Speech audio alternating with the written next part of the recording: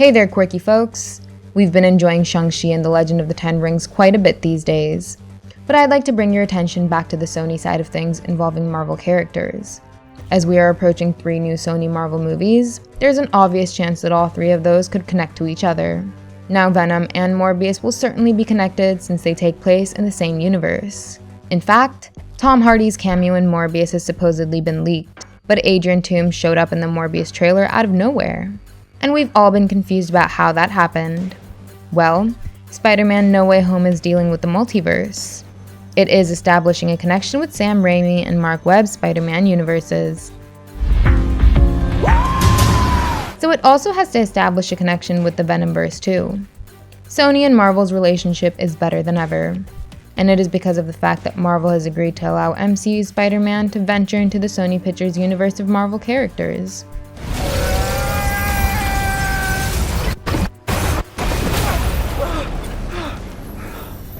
What just happened? Hello, Peter.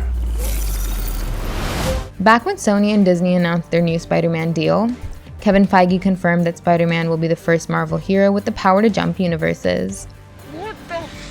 So clearly, Tom Holland's Spider-Man will make his way to the Sony Marvel universe at some point in time. After No Way Home, Sony could easily use one of the other Spider-Men for the same purpose. After all, Andrew Garfield and Tobey Maguire will be made relevant once again. But Tom Holland's web slinger is currently in the hot seat, so it will have to be him who has to make the jump and take on the likes of Venom. No. Venom 1 director stated that Sony's ultimate plan is for Venom to battle Spider-Man. And even Tom Hardy has been pretty adamant to have Venom fight Spidey in the 3rd film of his trilogy.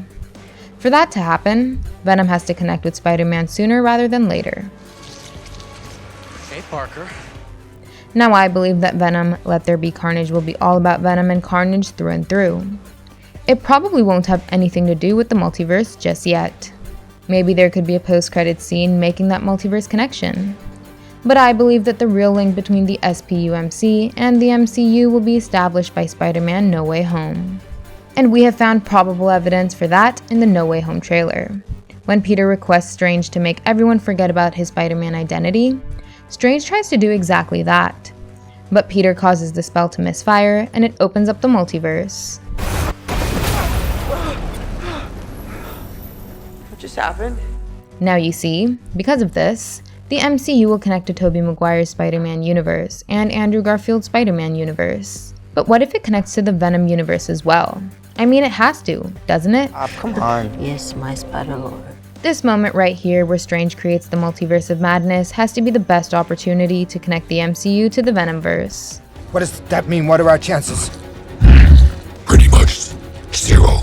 If you slow down the footage on this multiverse shot, you could see that there are 4 colored strands on the screen. Each of these colored strands could be representing a separate universe in the multiverse. It's similar to how there were several colored strands running in circles in Loki's sacred timeline. Each of them represented one universe.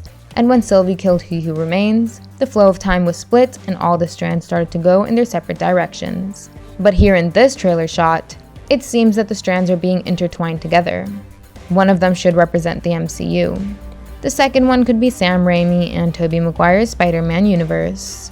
The third one could be Mark Webb and Andrew Garfield's Amazing Spider-Man universe. So what's the 4th one? It's obviously not the Fantastic Four. You might have guessed it by now. It has to be the Sony Pictures universe of Marvel characters. At the end of No Way Home, MCU's Peter Parker might send Tobey and Andrew's Peters back to their universes. The strand connecting the Venomverse may not be severed just yet. And that's how Holland's Peter Parker might jump back and forth from the MCU to Sony's Marvel universe. Morbius is set to arrive after No Way Home, and that's probably how Adrian Toomes will show up in it. This has to be how Spider-Man fights Venom in the 3rd Venom movie. But don't worry, Peter Parker won't be stuck there. He will be back to the MCU for sure. Spidey still has one more crossover movie left in the MCU. And even after that, Sony will definitely extend their deal with Disney. Being connected to the Marvel Cinematic Universe is what ensures the success of Spidey's solo franchise. Holy shit! So I'm sure Sony won't sever that thread again. In fact, after No Way Home breaks the box office, Sony and Disney should come even closer to each other. What do you guys think about the Spidey-Venom connection theory? Are you ready to see Venom take on Spider Man? Let us know your thoughts in the comments. Give us a thumbs up and hit the subscribe button if you enjoyed the video. And don't forget to check out some more fun content on our channel. Thank you, and I'll see you in the next one. Bye-bye!